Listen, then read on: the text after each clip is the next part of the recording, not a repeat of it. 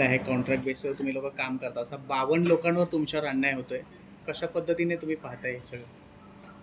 Actually आम्ही 2022 पासून इथे कार्यरत आहोत आणि आमचा जो पगार आहे तो आजपर्यंत कधीच वेळेत झालेला नाही आहे.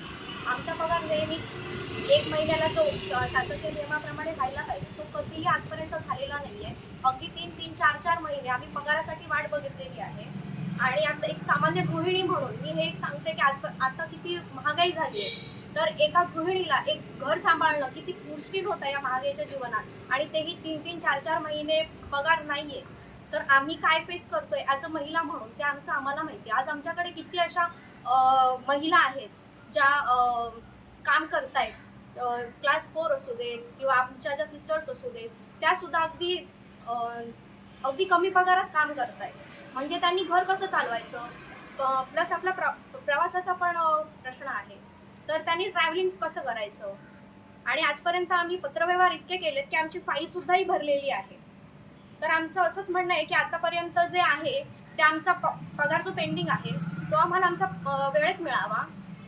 आणि आमचे जे काही ESIC आहेत, जे काही भत्ते आहेत, जे काही PF आहेत किंवा आणि ज्या काही मॅटर्निटी लिव्ह ज्या विथ पे आहेत त्या आम्हाला मिळाव्यात. त्यासाठी पण शासनाने आरोग्य यंत्रणेने थोडासा प्रयत्न करावा. आणि आमच्या ज्या काही मागण्या आहेत, आम्ही असं नाही म्हणत की आम्हाला परमनंट करा, पण जो काही आमचा हक्क आहे पगाराचा वेळेत मिळण्याचा जो महत्त्वाचा आहे तो प्लीज आरोग्य यंत्रणेने यात लक्ष घालून. माझी तर रिक्वेस्ट आहे की माननीय आपले आमदार साहेब आहेत, निलेश राणे साहेब आहेत आणि आपले आरोग्यमंत्री आहेत, त्यांनी प्लीज यात लक्ष घालावं आणि आमचा जो पगार आहे, आमचे जे भत्ते आहेत ते सर्व आम्हाला आमच्या वेळेत मिळवून द्यावं, ही आमची नम्र विनंती आहे. काय त्यांचा प्रॉब्लेम आहे, त्या संदर्भात तुमची काही चर्चा झाली होती त्यांच्याशी? आमचे कॉन्ट्रॅक्टरशी सुद्धा म्हणजे पत्रव्यवहार झालेले आहेत की त्यांनी आम्हाला वेळेत पेमेंट करावं. आणि तो जो पगार आहे त्या पगारात सुद्धा एवढी तफावत आहे की आम्हाला कॉन्ट्रॅक्टमध्ये दिलेली रक्कम एक आहे आणि आमच्या अकाउंटला जी रक्कम येते ती वेगळीच आहे. मग यात खूप तफावत आहे. त्याबद्दल सुद्धा आम्ही आरोग्य यंत्रणेकडे बऱ्याच वेळा क्वेश्चन केलेत की याचा आम्हाला काहीतरी बायफर्केशन द्या की आमचा पगार कुठे जातोय, याबद्दल तुम्ही कॉन्ट्रॅक्टरला विचारणा करा. यासाठी सुद्धा आम्ही खूप पत्रव्यवहार केलेत आजपर्यंत. सो त्यांचं असं फर्म असं आन्सर व्यवस्थित आम्हाला असं लेखी आन्सर कधीच मिळालेलं नाही आजपर्यंत 4 वर्षात. काय असणार तुमची पुढची भूमिका? आमची पुढची भूमिका हीच असेल की 10 दिवसात आम्हाला न्याय मिळावा, जेणेकरून आमचं या 10 दिवसात शासनाने आमची जी काही पेंडिंग पेमेंट्स आहे, जे काही पेंडिंग ESIC आहे, जे काही पेंडिंग PF आहेत, ते जे सगळे आहेत ते आम्हाला वेळेत आमचे द्यावेत, वेळेत आम्हाला मिळावेत, जे की अत्यंत महत्त्वाचे आहेत. आणि आमचा जो पगार आहे तो नियमित व्हावा एवढी आमची माफक अपेक्षा आहे. सो प्लीज यात आरोग्य यंत्रणेने लक्ष घालावं. नाव युगंधर तेंडोलकर. मी इथे किरण तंत्रज्ञ म्हणून आहे आणि आता 2022 पासून आम्ही 52 लोक इथे बाह्यस्रोत कंत्राटद्वारे कार्यरत आहोत. आता 2022 मध्ये जेव्हापासून आमची नियुक्ती झाली तेव्हापासून आमचा जो बॉन्ड होता हा 3 वर्षाचा होता, जो की 2025 मध्ये संपुष्टात आला. त्यानंतर आम्हाला 1 वर्षाचं एक्सटेन्शन देण्यात आलं. त्याच्यानंतर आमचा जो कार्यकाळ आहे, कॉन्ट्रॅक्ट आहे, तो 31 एप्रिल 2026ला संपुष्टात आला. आणि आता 31 मार्च 2026ला संपुष्टात आला. 1 एप्रिल 2026 पासून आतापर्यंत आम्ही इथे 52 लोक 24 तास आरोग्याची सेवा देत आहोत. आम्ही महिला हॉस्पिटल कुडाळ येथे 52 लोक 2022 पासून जे कार्यरत आहोत. पूर्ण आम्ही आमचं ट्राय करतो की आम्ही 24 तास सेवा दिली पाहिजे आणि विदाऊट एनी कंप्लेंट, कोणाची हॉस्पिटलमध्ये काही कंप्लेंट येता कामा नये, या ह्याने आम्ही काम करत आहोत, आम्ही कार्यरत आहोत. आता आमचं अशी रिक्वेस्ट आहे की जे 2026 एप्रिलपासून आम्ही काम करत आहोत ह्याचं लेखी म्हणजे रिटर्न स्वरूपात आम्हाला काहीही ऑर्डर दिलेली नाही आहे, आम्हाला काही ऑर्डर मिळालेली नाही आहे. तेच ऑर्डर नसल्यामुळे आमचा सगळ्या कर्मचाऱ्यांचा पगार हा थकीत राहिलेला आहे. प्लस थोडंसं पास्टमधलं मी सांगायचं झालं तर 2022 पासून आतापर्यंत आमच्या सगळ्या कर्मचाऱ्यांचा पगार हा कधीही वेळेवर झालेला नाही आहे. शासनाच्या नियमाप्रमाणे एक तारीख ठरलेली असते, त्या तारखेला आम्हाला कधीही पगार मिळत नाही. आम्हाला ESICचे बेनिफिट्स मिळत नाही. आमच्या इथे महिला कर्मचारी जे आहेत यांना मॅटर्निटी लीव्ह मिळत नाही, त्यांना मॅटर्निटीचे फायदे मिळत नाहीत. दुसरी गोष्ट अजून सांगायची झाली, PF आणि ओव्हरऑल जे पगाराचं बायफर्केशन असतं, XYZ जो आमचा पगार आहे आज, त्यामध्ये जे बायफर्केशन आहे त्याप्रमाणे आम्हाला प्रत्येक पदाच्या कर्मचाऱ्याला प्रत्येक वेगळा पगार दिला जातो. त्या पगारामध्ये तफावत दिसून येते. या सगळ्या गोष्टी आम्ही 4 वर्ष फेस करतोय. पण आज आम्ही मीडियाच्या समोर येण्याचं मुख्य कारण हे आहे की एप्रिलपासून आतापर्यंत आम्हाला लेखी ऑर्डरच दिली नाही, ज्याचं पत्रव्यवहार आम्ही सगळीकडे केलेलं आहे. आम्ही एक फाईल रेडी केली आहे, साधारण एवढे 50च्या वरती पत्र झाले असतील, जे आम्ही ॲडमिनिस्ट्रेटिव्ह डिपार्टमेंट्स असतील किंवा इतर संबंधित अधिकारी जे आरोग्य सेवेशी रिलेटेड असतील, ह्या सगळ्यांना आम्ही पत्रव्यवहार केलेले आहेत. पण आम्हाला एकाही पत्राचा रिप्लाय आलेला नाही आहे की तुम्ही काम कंटिन्यू ठेवा किंवा तुमच्या पगाराची वाढ होईल किंवा तुमचं एक्सटेन्शन देण्यात होईल. हे पत्रव्यवहार किंवा जे वर्बली आम्हाला गोष्टी कळतात ह्याच्यावरतीच आम्ही आज काम कंटिन्यू ठेवलेलं आहे.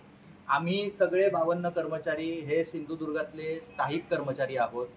जास्त करून लेडीज इकडे कार्यरत आहेत. ग्रुप 4 वाले कर्मचारी आहेत जे खूप लांबून येतात, कवठीवरनं येतात, मालवणवरनं येतात, STनी प्रवास करतात. लिटरली सगळ्यांचे आज आर्थिक परिस्थिती अशी झाली आहे की त्यांना कामावरती यायला पण पैसे नाही आहेत. म्हणजे अशी कधी वेळ आली नव्हती की आम्ही कुठेतरी हा विषय आणू लोकांसमोर आणि आम्ही या विषयावरती बोलू, कारण कुठेतरी सोल्युशन्स मिळायचे. पण आज अशी सिच्युएशन आहे की आम्हाला काही उत्तरच कुठून मिळत नाही आहे, असं झालं आहे. नेमका आम्ही सगळे कर्मचारी आज जमलो आणि कुठेतरी आम्ही सगळे जमवून हाच निर्णय घेतला आहे की आमचं हेच आव्हान आहे, आमची एक रिक्वेस्ट आहे आमदार निलेश राणे साहेबांना आणि पालकमंत्री नितेश राणे साहेबांना. आमचे हात जोडून रिक्वेस्ट आहे की साहेब, तुम्ही ह्या विषयावरती अजून थोडंसं लक्ष द्या आणि आम्हाला न्याय मिळवून द्या. बाकी संबंधित प्रशासन असेल किंवा लोकप्रतिनिधी असेल यांच्याकडे तुम्ही वेळोवेळी पत्रव्यवहार केलात, परंतु त्याला अगदी वाटाण्याच्या अक्षता लावलेल्या दिसतात असं तुमचा आरोप आहे.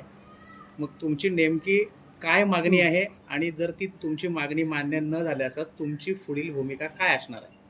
ओके, आम्ही जसं आम्हाला कळायचं की आमचा कॉन्ट्रॅक्ट हा फॉर एक्झाम्पल 31 मार्चला संपणार आहे, तर आम्ही संबंधित आमचे कॉन्ट्रॅक्टर असतील, प्रशासनातले संबंधित अधिकारी असतील, यांना आम्ही सगळ्यांनी मिळून पत्रव्यवहार करायचो.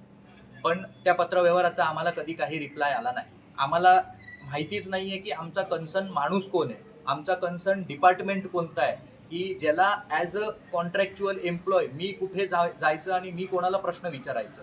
सो एक्सपेक्टेड उत्तर आम्हाला तर कधीच आलं नाही आहे. सेम सिच्युएशन आता आहे की आमच्याकडे ऑर्डरचं काहीही लेखी नाही आहे. आम्ही सगळ्यांनी असा निर्णय घेतला आहे की आम्ही मॅक्झिमम अजून 10 दिवस वाट बघू शकतो.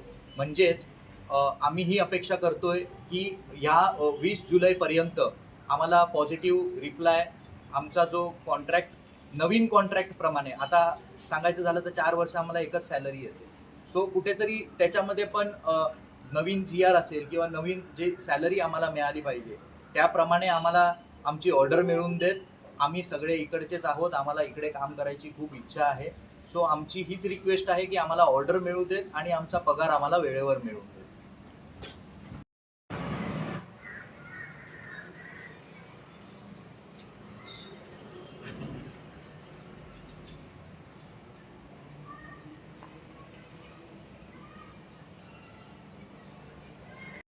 मी डॉक्टर संजय वाळके, बालतज्ञ वर्ग 1, जिल्हा महिला व बाल रुग्णालय पुणे. या रुग्णालयामध्ये आपल्याकडे कुशल अंतर्गत आउटसोर्सिंगच्या 4 संस्थेच्या मार्फत एकूण 52 कर्मचारी कार्यरत आहेत आणि त्यांच्या आदेशाची मुदत हे 31 मार्च 2026 रोजी समाप्त झालेली आहे.